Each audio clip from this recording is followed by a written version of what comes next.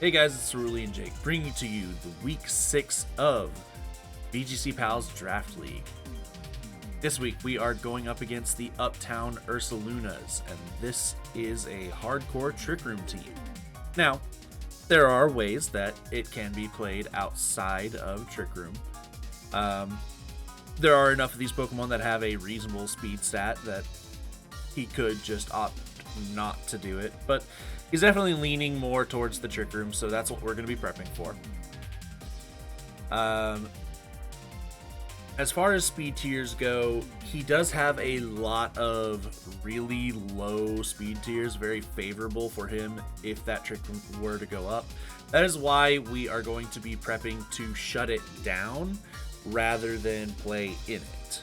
Unfortunately, our Primarina just doesn't beat out that Ursaluna. It doesn't beat out that King Gambit.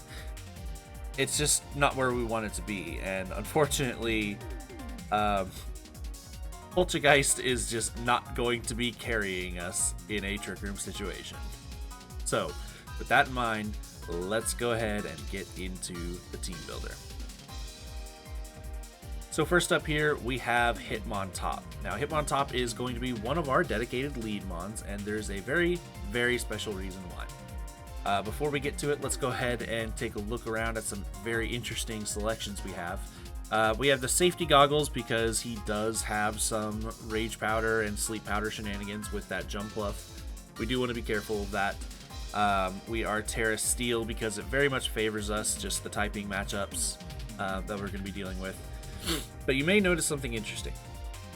Our ability is Technician, not Intimidate. What the hell am I doing? Intimidate is one of the best abilities in VGC history. Like, where's this coming from? Well, he has two Defiant Pokemon, and the idea behind those Defiant Pokemon is to sort of like guard, like safeguard his Ursaluna from getting intimidated. Because if you intimidate the Ursaluna, then you're also intimidating the Defiant Pokemon, and they're going to pop off after that. So the idea here is we bring the Intimidate Pokemon, and one of two things is going to happen. He's either not expecting that Hitmontop will come, or he is ready for Hitmontop to come, and he wants to eat up that Intimidate to get his Defiant procs. So he's going to send in one of his Defiant Pokemon, and we're going to one-shot it. That's the plan. But how are we going to do that? So we have Fake Out, and that is going to be to shut down any of the priority Pokemon. That's going to be the Defiant Pokemon. That's going to be Cresselia. There's a few Pokemon on there I just really want to shut down turn one and be able to really do some damage with my partner Pokemon. I went ahead and went with the Brick Break to destroy the screens. I went Triple Axle for some good damage. And Fate. Why is that here? That's an interesting pickup. Well, I have done the math, and with our partner Pokemon, with Fate, we can shut down Ursaluna. Because if Ursaluna is on the field and it is not burned, 9 times out of 10, they are clicking Protect. Now, there are some situations where, you know, if they're really in a good position to just put on the pressure, then they may make a call to just not protect and just do some damage. But in most situations, they're wanting to get burned. They're wanting to get their guts active. So I can call that. I can break the protect, and I can kill it with Chen Pao, our other dedicated partner here. I don't know why it highlights the moves sometimes. But anyway, we have Focus Sash because there are a lot of leads that can really just very easily one-shot us, and we're not wanting that. We're definitely wanting to stay alive. Terra Ghost is, of course, to deal with any Fake Out shenanigans from Grimmsnarl, as well as putting us at a decent matchup with Ursaluna to be able to blank that Facade. Icicle Crash is what is going to be one-shotting this Ursaluna. It actually does not one-shot the Ursaluna in most cases. We do need the damage from Feint, but after Feint, it does one-shot. Which is why we did not go with Ice Spinner, because it's just not enough damage, even with Adamant and completely invested. Crunch is for the Cresselia. Unfortunately, we're not going to be able to take Sucker Punch because of that. If we're trying to kill a Cresselia that is just setting up Trick Room, then, I mean, we can't Sucker Punch it. So we need that Crunch to be able to kill it. Next up, we have the Sacred Sword. It just covers a lot. So yeah, the Sacred Sword covers a lot of different Pokemon. It gives us something to do against that King Gambit. Next up, we have the Ceruledge. And Ceruledge, honestly, I like this set, but it's very dangerous to use. So the idea behind this Ceruledge is being able to shut down a lot of the key Pokemon. We have Torkoal, which is a very key threat in a Trick Room situation. We're able to eat up all of those fire moves with Flash Fire. With Terra Grass, we're not even worried about an Earth Power. And then with Will-O-Wisp, we can shut down those Defiant Pokemon. Obviously, Will-O-Wisp isn't going to do anything into the Ursaluna, which is why we have stuff like the Bitterblade, we have the Poltergeist. Poltergeist, because there's a lot of Ursalunas out there that like to Terrastal into a Ghost type, so we'd be able to hit with super effective with that. Potentially even one-shotting. I'm kind of doubtful, but you know, there's hope. Yeah, overall, this is a very bulky set. We are definitely trying to live some stuff. We have a little bit of speed to outspeed some key threats. Overall, just a nuisance is what we're going for with this. Next up is Poltergeist, and Poltergeist is here for to be able to shut down some late game Trick Room shenanigans. We want to be able to imprison away the Trick Room. Now, unfortunately, because we're not leading this, if he leads Cresselia, we're not really able to get the one-shot with Chien-Pao, even with the Crunch. So we would definitely have to play around some shenanigans. Because we're just going to have to do what we can to shut down that Trick Room, not let it go up. Maybe fake it out, double Crunch into it. I don't know, we'll see. But as far as late game goes, if we have this guy in the back and he tries to get the Trick Room set up, we are able to just completely shut that down, imprison it away.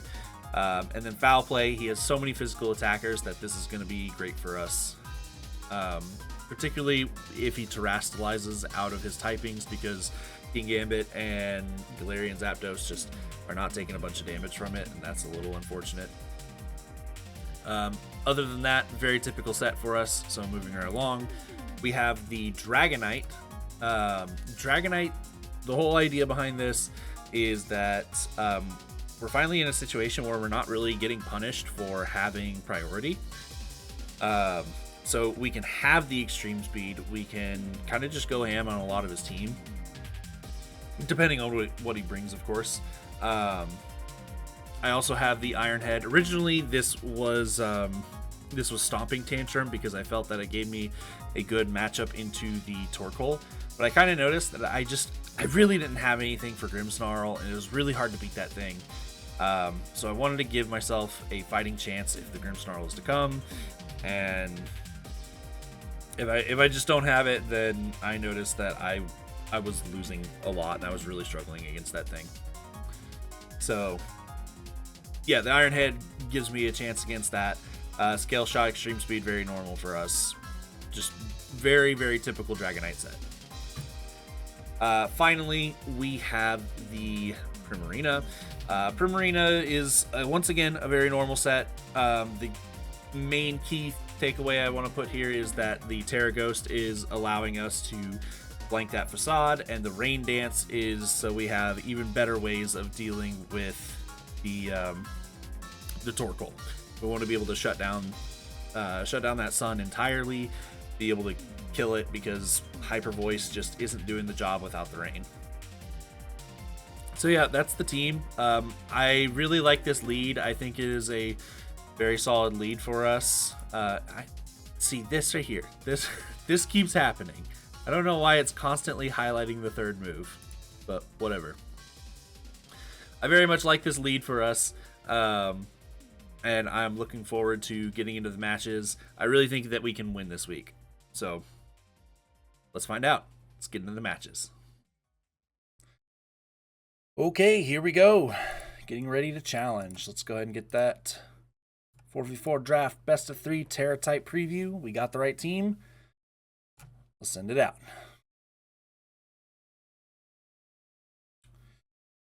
Who do we got? Okay, so we're facing some interesting stuff I didn't really expect to see, but that's okay.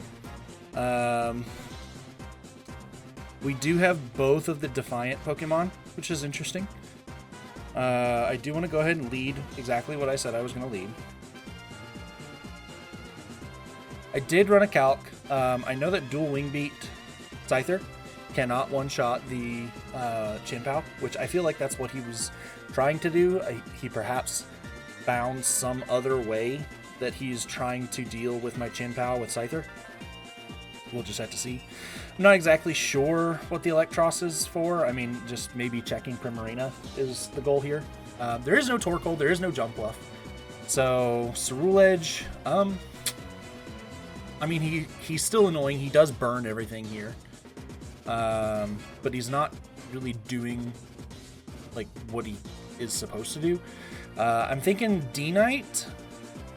There's no Grimmsnarl either. So, I mean, we can definitely take the Poltergeist, try to shut down Trick Rooms late. And then we can go... I kind of like the Ceruledge just to burn stuff. The Extreme Speed is pretty good, though. Let's go ahead and run the Extreme Speed. We can bring Ceruledge if it doesn't work out. Alright, what do we got? Not top Chien-Pao, Cresselia, and Zapdos. Okay. So, he was expecting Intimidate, I am sure, but that did not happen. We're going to go for a Fake Out into here. And I want to go for an Icicle Crash into the Zapdos. What are you? Your Steel? Okay. So, I mean, I feel like a Terra could be coming out here. If it's the Terra Dark on the Cresselia, then we're looking good. If it is the Terra Steel on the Zapdos, then that could be a little sad, especially if he turns out to be Scarf. If he is Scarf, then that's really annoying. Comes Electros, Terra Steel. We just missed, so there's that. He doesn't see my Focus Sash. We did just live it. So that's good. I don't see. I'm just not sure what this is for. Is the thing. So we do know that the Terra Steel came out. We don't have to worry about any more Terras. Do you get any priority? I don't know anything about Electros. Do you get like Aqua Jet? No. Sucker? No. Can I just type priority? No, doesn't look like I can. On a quick glance, I don't see any priority. Oops, not what I was looking to click. So yeah, I don't think he's running any. We may end up losing our Chien-Pao here, which is gonna suck, but is what it is. We're gonna try to just kill this Cresselia.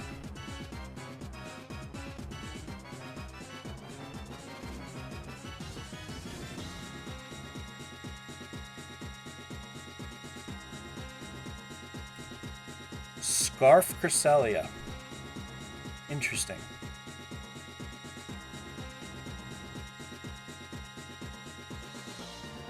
Okay. Scarf Cresselia. Well, it is scarfed into Ice Beam.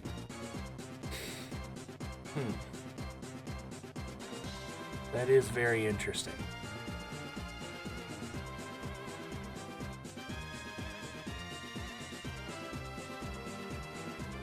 It didn't do a ton of damage with that. So let's go into... I feel like I have to go into the Dragonite, and we can just go ahead and Terrastalize him.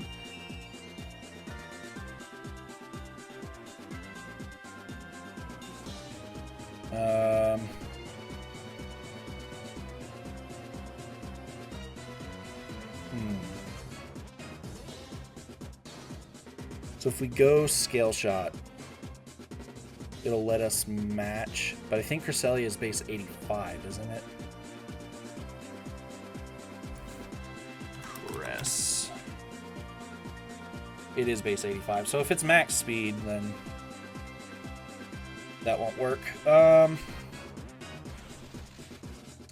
Let's go with... We can go for the triple axle on the Electros instead, or we can just double into the Cresselia. We go Terra Normal because we don't want to get hit with the Ice Beam and lose way more than we should. Even on a crit. 9. Okay. 2 and 3. Nice. Okay. Got rid of the Cresselia. Thunder comes out. It's a miss, though. So we're kind of just clicking special moves on the eel, which is interesting. Now, it's a little unfortunate because I originally had Stomping Tantrum on this Dragonite, so I don't really know how to deal with this anymore.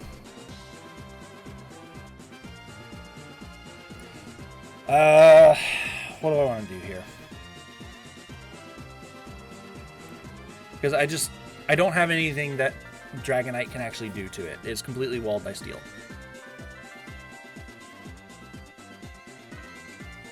So we could go into Poltergeist to just see. This is also going to get our multi-scale back up, which would be good. And then we can try to get rid of this.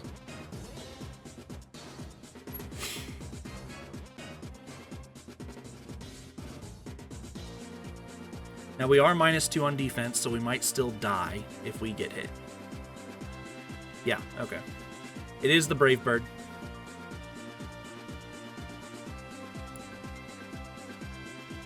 Ursaluna. Okay. So here's what we gotta do.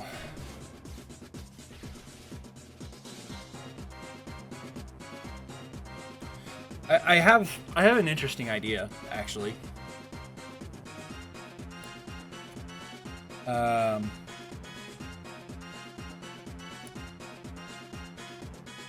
So you have Fake Out up and ready. I feel like this is going to go for a Protect. What we can do is we can Foul Play. Hold on. Zapdos, Galar. Just go with the general set. Foul Play. Ugh. Wait, no, it's resisting. Hold on. Steel. Terrastalize. 35 to 41. It's not enough. That's a shame. And then Trick Room, I feel like, just kind of screws us.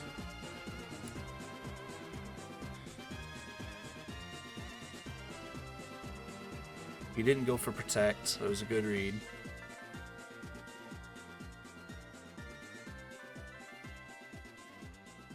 Yeah, it wasn't enough. I would like to know how much damage this does to a burned bear. We don't, unfortunately, we don't get to check. Cerulege would be great here.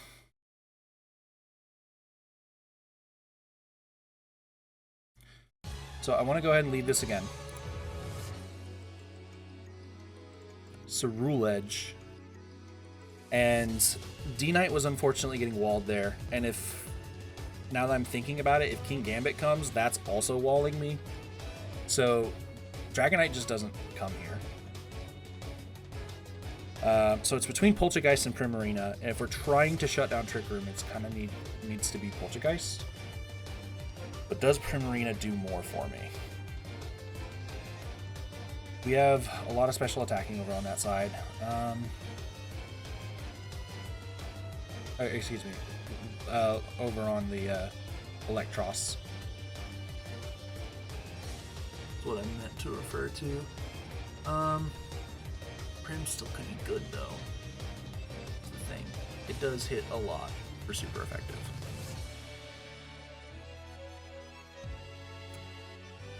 I'll take it. We'll see what happens.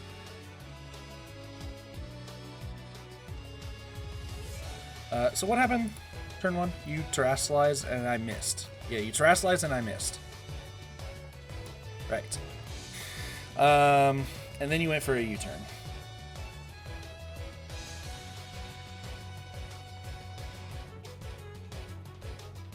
So what I want to go for here is we can fake out the Zapdos. And we can go for the Icicle Crash on the Scyther. At the play.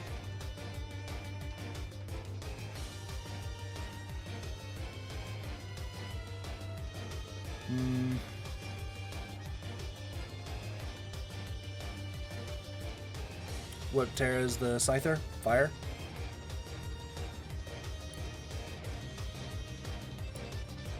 Okay, you did terrestrial that one. Quick Guard. It's a good tech, and you do live that. That's pretty good. I reveal Sash this time.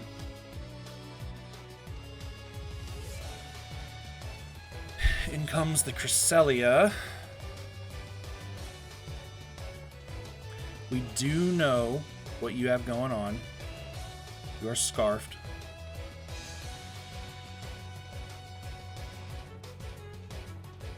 So what I'm going to do is I'm going to go for a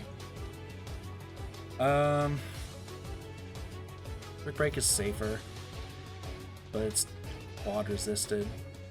I feel like I have to go for the triple axle. We're going to protect.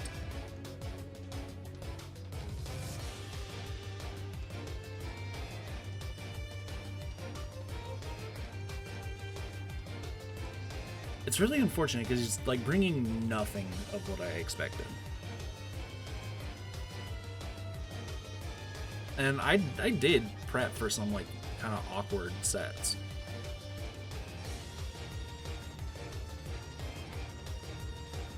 He still thinks I'm sucker. Get rid of that.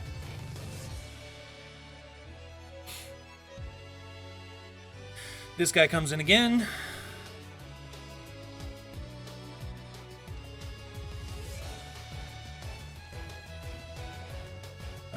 We don't really need Terra Grass. Terra Grass is not really helping us here.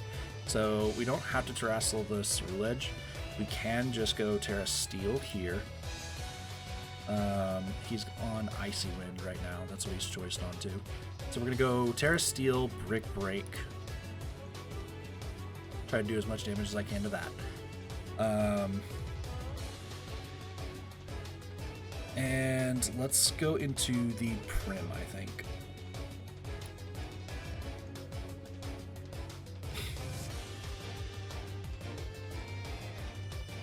You call it with a fighting move? You don't.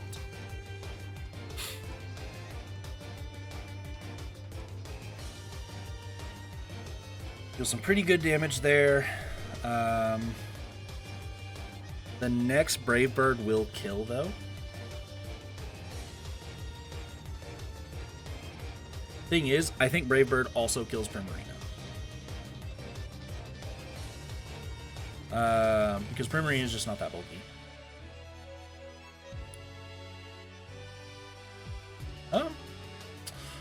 With this amount of investment, it doesn't.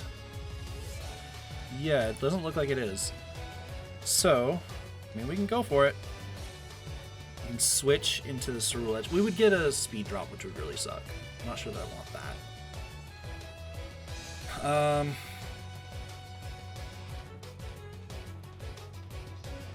I'm just kind of wanting to save the Hitmontop and have another Fake Out at the ready.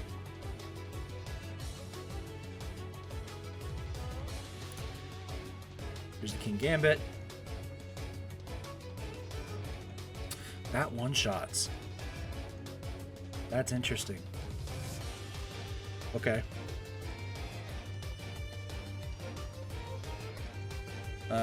We bring this back in.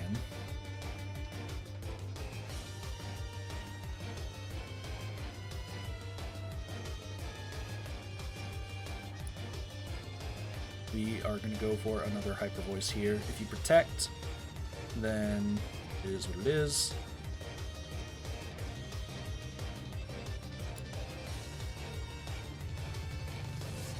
Really blundered the... I should have checked the Cerule Edge. That was unwise.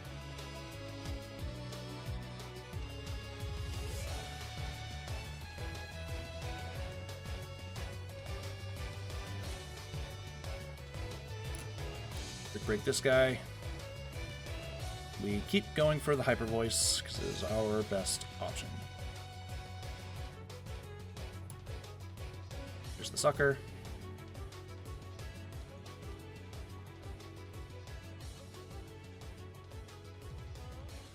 Jianbao comes in.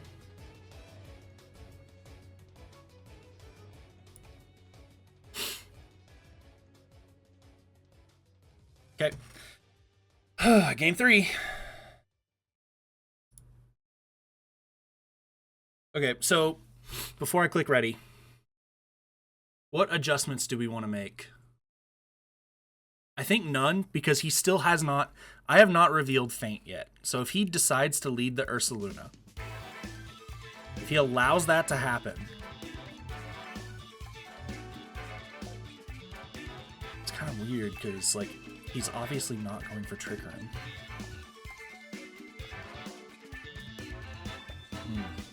I wonder if he's gonna ever lead Ursaluna.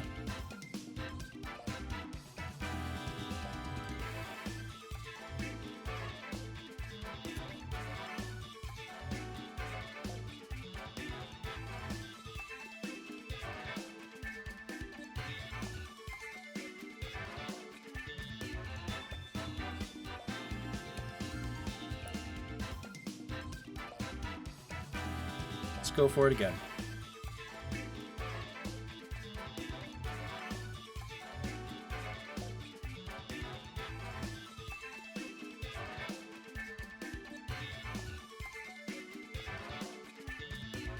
Did we get to see... No, we didn't get to see the speed interaction because it was fake out and then it was Sucker Punch. So we didn't get to see the speed interaction between King Gambit and Primarina.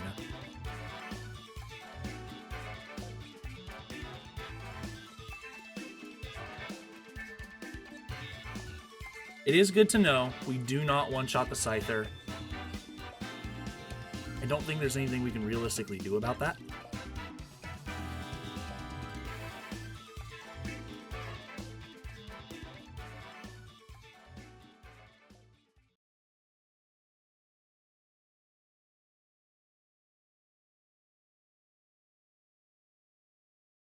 You're really thinking hard on this one. I understand why.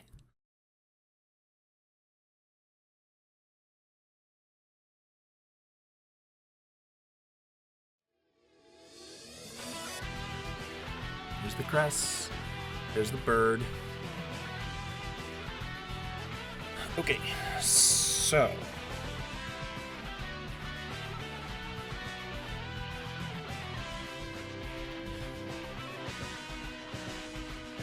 if he...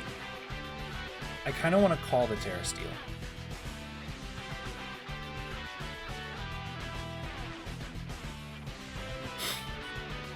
If he goes to Rastal Steel, let's assume, and I go Sacred Sword, a 37% chance to go. So if we add the fake out on top of it,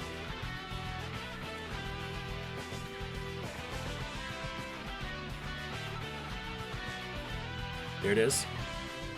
Take him out. Icy Wind is annoying. Breaks our sash and drops our speed. Sacred Sword comes out and we get rid of the Zapdos. Okay, very good start for us. Not over yet.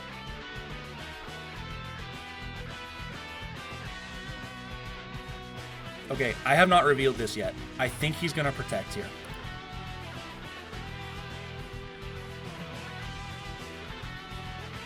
Here's the thing. He could just go for Scarfed Icy Wind, lower our speed, and then I'm kind of worried. Ursaluna. Let's assume that you are 0 speed investment, but you're not negative nature. Oops. 31. This is 0. You're just, let's just say you're quirky. This at -2. Oh, yeah, if he has even like a little bit of speed.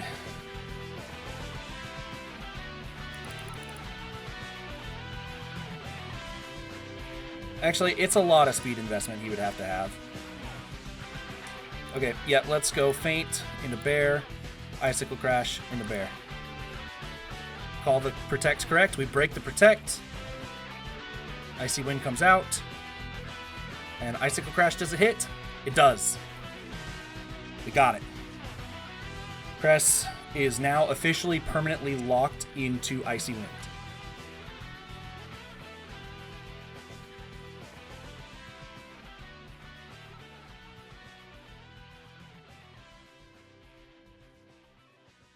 Scyther is the final mon.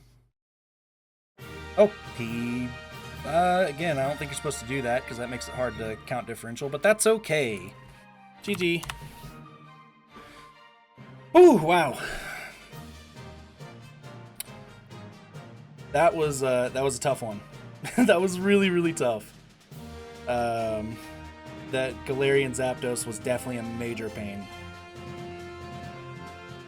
But we pulled it through. There is some good stuff to learn there.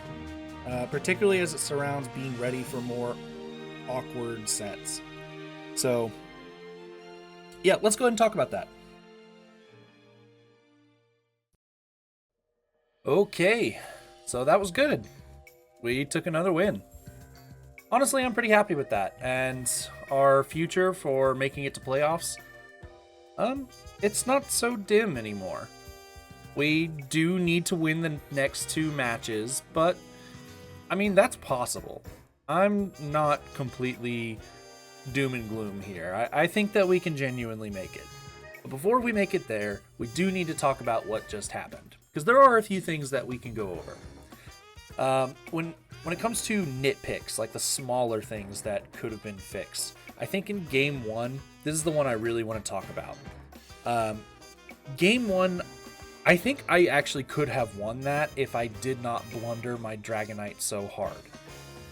So basically, we're in a situation where we're against the Zapdos, it's Terra Steel, and I've identified that this is the problem. This is what is just running roughshod over my team. So how am I going to deal with it? Well, here's the problem. I suppose I should have done this in the reverse order, because something I'm going to say about Dragonite is going to make more sense if I cover my big picture thing I was going to talk about. Let's just continue on. My Dragonite definitely could have dealt with the Zapdos a lot better had I played around the fact that I was going to lose a stage of defense. I did not have to lose that stage of defense there. I could have gone... Given the circumstance, I guess I should have gone Extreme Speed into the Electros instead. I was a little scared that it wouldn't have taken the kill there. I didn't run that damage calc, but the damage calc I did run is that at 100%, Brave Bird does not kill me if I am -1. Choice Band, Adamant, Max Attack does not kill. But -2, it does. So, should have gone the Extreme Speed in the Electros. Probably the way to go there. Now, bigger picture, what should I have done? I want to talk about my team building, because I drastically underestimated how much steel would be a problem for me. Because, I mean, I had a fighting type. Chien-Pao had a fighting type move. I had a Ceruledge. I just didn't think that I needed the Stomping Tantrum anymore, so I switched so I could be able to deal with that Grimmsnarl. The truth of the matter is, Dragonite really needed that ground type move if he was going to be able to deal with steel types. And since Dragonite is a major part of my team, he is a very big carry that I'm trying to make work, I probably should have prepped better. And that's something that I want to identify is I need to start recognizing threats better and what Pokemon need to be able to deal with those threats. Because I'll get this idea in my head that, okay, well, we have steel types handled. You know, King Gambit's handled. If he goes Terra Steel, we have that handled. But I don't have it in my head like, oh, Dragonite could end up in a situation where he is completely walled by steel types, and I know that he has King Gambit, and I know that steel is a very common Terra type that a lot of Pokemon like to take. And I'm just gonna not prep for that? I think maybe I should have found a different way to deal with the, what's it called? The Grimmsnarl. Should have found a different way to deal with him. Because, I mean, we already had a way on Dragonite. Dragonite was already good to go with just clicking Extreme Speed. I think at the end of the day, I probably should have gone Stomping Tantrum. I think that would have fixed a lot of my issues. But we didn't. Hindsight's 2020. And we ultimately walked away with the win, so it didn't hurt us in the long run. But it is something that is good to identify and good to improve. So, going forward, that's going to be my plan, is really honing in on finding those situations that are really happening and really going to screw me over. Now, that's some pretty high-level stuff from what I can tell, so I don't want to sit here and say, well, it's as simple as I'm just going to change it. I will probably make this mistake many more times, but, you know, the hope is that we're going to learn something here and now. So, before we move on to our next opponent, there is something that I want to announce, because we have made some changes. This is the final week to make transactions on our team and to switch out our team members. And I decided that I'm going to make some changes. We have 2 members on our team that have not been carrying any weight whatsoever. So, I have made a quick change to hopefully improve that situation. Number 1, Iron Leaves.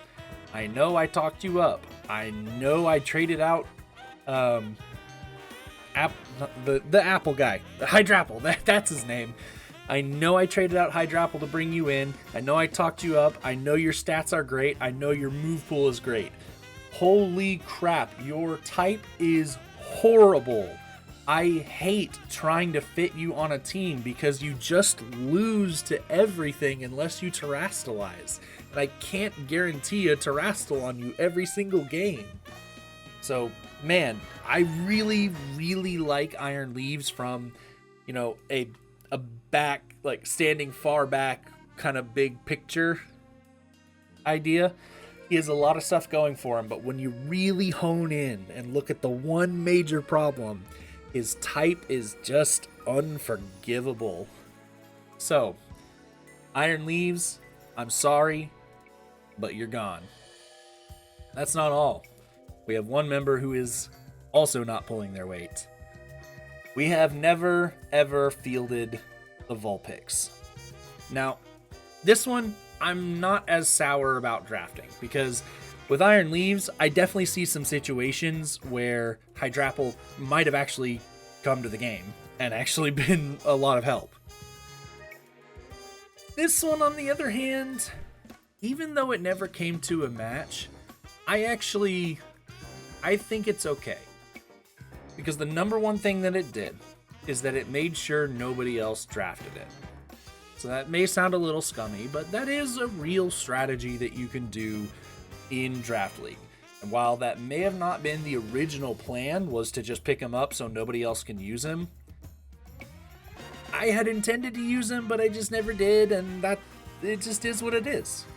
So, your use on my team has expired. It is time to drop you. and to pick up someone who hopefully will be a little more useful. So, we wave goodbye to our old friends here. Who are we picking up, though? Well, I decided to keep with the same point schemes. Rather than investing into a single Pokemon worth 9 points, I again invested into a 7-pointer and a 2-pointer. For 7 points, I have picked up Cottony. Now, Cottony doesn't have anywhere near the same value in terms of stats that Iron Leaves has, but the one ability, Prankster, makes up for all of it. Cottony has actually seen play in official tournaments. There are times where Whimsicott just can't cut it because it's not living, so they would rather throw an Eviolite or a Focus Sash or whatever, and just run the Cottony. So, with that in mind, Cottony has joined the team and is going to be our Prankster user, something that we have severely been lacking. And finally, for our 2-pointer, we have the big man himself. Colossal has joined the team. Now, Colossal stats are a little lacking. He has some pretty good stats here or there, but overall, he's not a wonderful Pokemon. And on top of that, for a slow Pokemon, that type combo is really tragic. So, what is Colossal really going to do for our team? Well, he has some gimmicks. I think that he can bring some value to this team. I don't think that it's all over for him. So, while I'm not entirely sure I'll use him, looking through the roster of 2-pointers, I think that this one stands to bring the most possible value to the team. He's the most likely for me to bring to a battle. So that's who I picked up. That's it. Next week, we are going up against the Golden Go Warriors, led by Clay Xavier. I'll see you then.